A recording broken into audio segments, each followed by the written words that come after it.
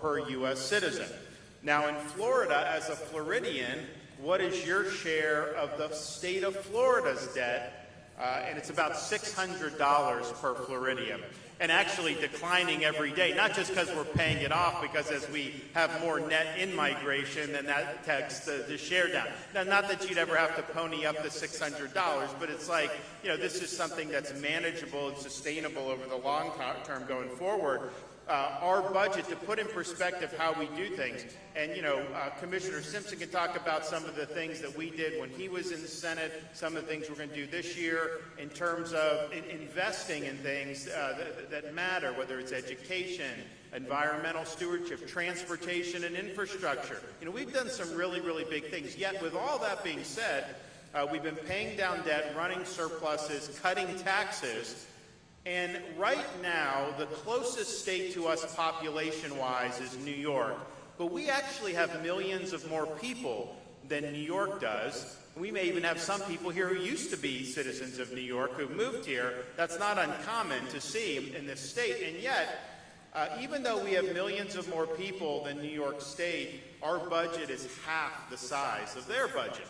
But when people come here from there, what do they tell me? Oh my gosh, your roads are nicer, your services are better, your education system's better. So we're able to actually do the things that matter, but we're doing it with half the footprint. And not only half the budget, if you look at the total number of state government workers, we have the lowest amount of state workers per capita in the entire United States. So talk about a small, manageable government. So it just shows you if we're able to do these things with that footprint, how much money do these governments waste of taxpayers every single year, from Washington, D.C. to all these other state capitals? Nobody likes paying taxes, but when you're paying taxes for things that they're just going to fritter it away, you can see why people flee these jurisdictions and come to Florida. So we're proud of what we've been able to do with that, working with the legislature, and that's good for each legislative session because you're able to do things and it's manageable. But I think even more important than that,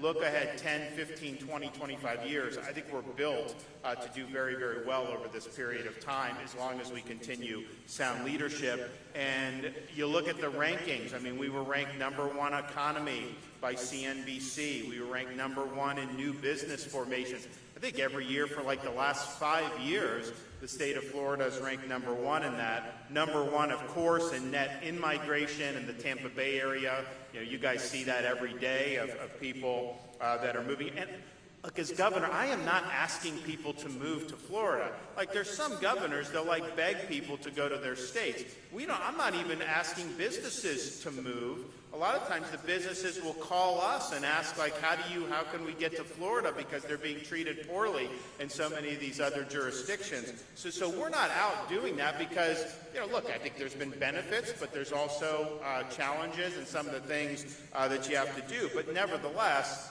we're #1 in net in migration yet again, and that is a very important data point because ultimately people vote with their feet. And if they're willing to pick up their entire life and move halfway across the country or even all across the country to come to Florida, that's a statement and that says something.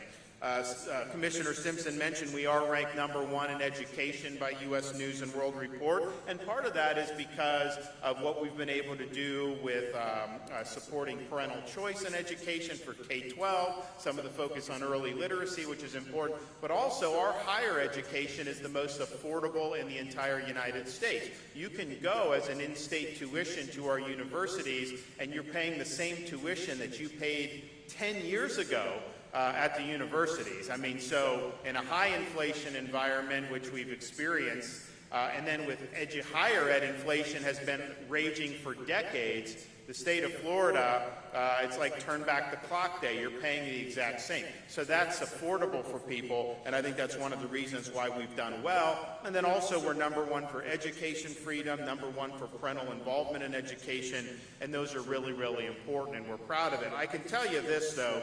When people come to Florida now, you ask them why, and yes, taxes, but we've always had lower taxes than these other states. Yes, there was certainly a major COVID wave in 2020, 21, 22, where they were fleeing some of these bizarre policies in these other states, no question about that. But if you talk to a lot of folks, one of the things they will say is they came to Florida because of our emphasis on public safety. You just don't see that in many parts of the country anymore like you should. You had some areas, some cities that used to be very, very orderly and have low crime like New York City. They reversed those policies that got them to that point, and now they've had trouble. You've seen attacks on law enforcement where they've tried to cut budgets across the force. We've really just done the opposite here in Florida. I mean, our view is simple. If you commit crimes, you're going to be held accountable. We're not just going to put you back on the street and let you commit more crimes. We're going to stand by the people that wear the uniform because we know it's important work, and we want them to be able to do their job knowing they have the backing of their communities. And part of the reason that I think we're in where we are is because we have embraced proper policies. We've had a lot of people that have worked very hard at our sheriff's departments with Chad and his deputies, all the other 65 of the counties, and soon to be Miami-Dade when they're going to get their sheriff. Police departments, our state agencies have all worked really, really hard, but we've put our money where our mouth is on this. When we started to see the defunding of police departments across the country a few years ago, we responded working with the legislature to say, okay, we're not going to do that. But we're going to do even better. We're going to pass legislation to ensure that no local government is allowed to get away with doing that in the state of Florida. And so we protected that to where we'd be able to go refund if necessary. And then we did 3 years in a row, we did $1,000 bonuses for every single sworn law enforcement officer, firefighter, and EMT in the entire state of Florida. And that's meaningful because that's a lot of people. We had to make sure that we were, dedicating a pretty decent chunk of money for that. But I tell when people see me about that, yeah, they like it, and we structured it so that you got $1,000 in your pocket after taxes. So the check was for like $1,300 or something like that, and that's meaningful, especially when prices have gone up over the last few years. But ultimately, no one's going to be retiring on a $1,000 bonus. I think more importantly than the economic impact was just the fact that if someone's getting this letter in the mail from the state of Florida with this check, that's showing that the state of Florida has your back. That's saying that the state of Florida, believes in what you're doing, and you have support in your community. We added to that by doing a $5,000 officer recruitment bonus program. So part of that is for people here, young people in Florida. If they choose to go into law enforcement, they're eligible for a $5,000 signing bonus right off the top. When we're recruiting officers from places like New York and Chicago and California, and we've done a lot over the last few years, they come in knowing they get a $5,000 bonus, right off the top. I know Chad has used that bonus to recruit people. I can just tell you this. Since we've done this program and really worked on recruiting police officers into the state of Florida, every single one I've talked to is glad that they made the move, and I have not met one person that has regretted coming to the state of Florida. And so I think that says something about the type of folks that we have. So we're going to continue to support those recruitment policies. Also going to make sure that we don't let Florida fall into some of the traps that you've seen some of these other states and cities fall into. Some of these areas like San Francisco, they have to close the stores because there's so much crime. We're going to be working with the legislature to actually go in the opposite direction and make sure that we're holding people engaged in retail theft accountable so that we don't let that happen in the state of Florida. Also, the same thing with what you see in some of these cities where you've had just massive homeless take over public streets and areas where it's really impinged on the quality of life. That is not appropriate. We need to have open and clean streets, and that should be the norm in every community in this state. And we're going to make sure that happens when we're doing with the upcoming legislative session. But public safety, understanding the need so that people can do their jobs, send their kids to school without having to worry about all the madness that we see see all around the rest of the country. Also, just would like to point out, you know, Florida is a huge agriculture state, and I think some people know, like, the citrus and whatnot, but when you travel out of state, like, people just think of Florida as like South Beach, right? And I try to tell them, I'm like, you know, we're one of the biggest cattle states in the country, and that doesn't compute all the different things that we do in this state. Sometimes goes underreported, but we realize what an important industry it is. One of the threats, I think, that we're looking at, and we've taken action in Florida, is you have this whole movement called ESG now, environment, social governance, and what they're doing is they're basically taking businesses, major corporations, Wall Street banks, asset managers, I mean, a lot of money at stake here, and they're coming together and saying, well, we're only going to do business with people that abide by these ESG criteria, so that means kneecapping fossil fuels, it means kneecapping Second Amendment rights. There's a whole agenda at play here, and one of their targets is agriculture.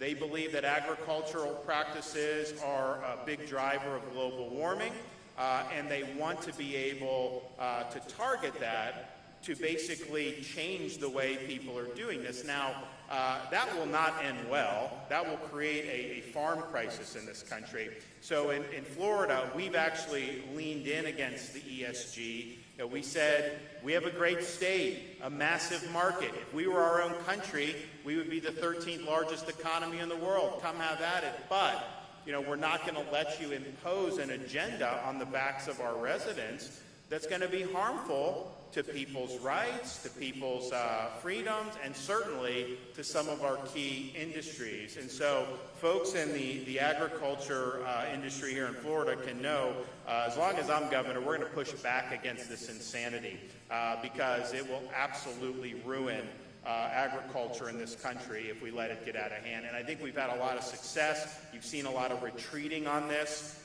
from there. And look, part of this is these are bad policies that I don't think are in the best interest of the state or for the country for that matter. But I think there's a larger question. You know, we're supposed to decide a lot of these issues of public policy through elections and through a constitutional system. Is it a substitute to just have 5 big banks and 5 big asset managers just come together and decide they have their imprint on society and they're just going to impose it without our consent? Or what are we supposed to do? Just sit there and not do anything? No, in Florida, we're fighting back and we're winning this fight. So that's something we're going to continue to work hard on because we know how important it is.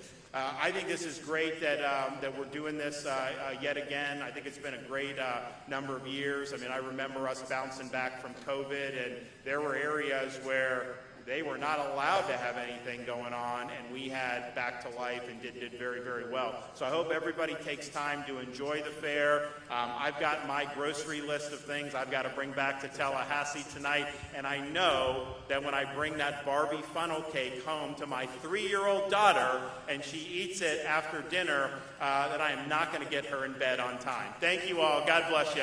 Appreciate it.